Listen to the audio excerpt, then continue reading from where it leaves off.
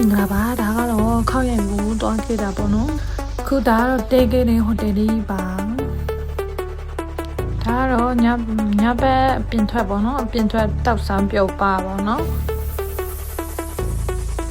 တောက်ရမယ်ဆိုရင်ရုပ်ကိုတစ်ချက်ရှိုးလိုက်နော်ဒါပေမဲ့မတောက်နိုင်ပါဘူးလို့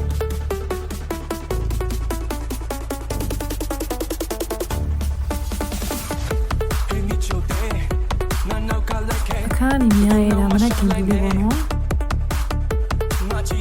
ဒီတင်ချင်းနေရှောက်ထိုးပါပြီတို့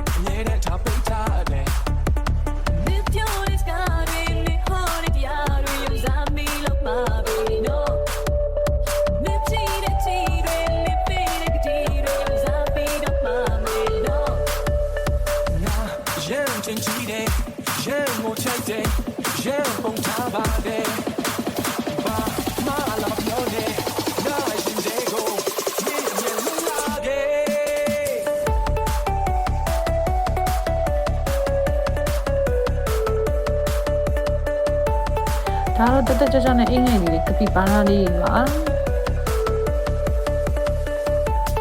ဒါကော်ဖီတိုင်းတော့တစ်ဆိုင်ကိုထပ်ပြီးတော့တွားနေရပါတော့ဒီမှာဆိုရင်မြင်းပုလေးတွေတော့အများကြီးပဲအကုန်လုံးရှိပါတယ်ဒီနေ့တော့ဒီလောက်ပါပဲနောက်နေ့မှဆက်ပြီးတော့ထပ်လက်ပါမယ်ရှင်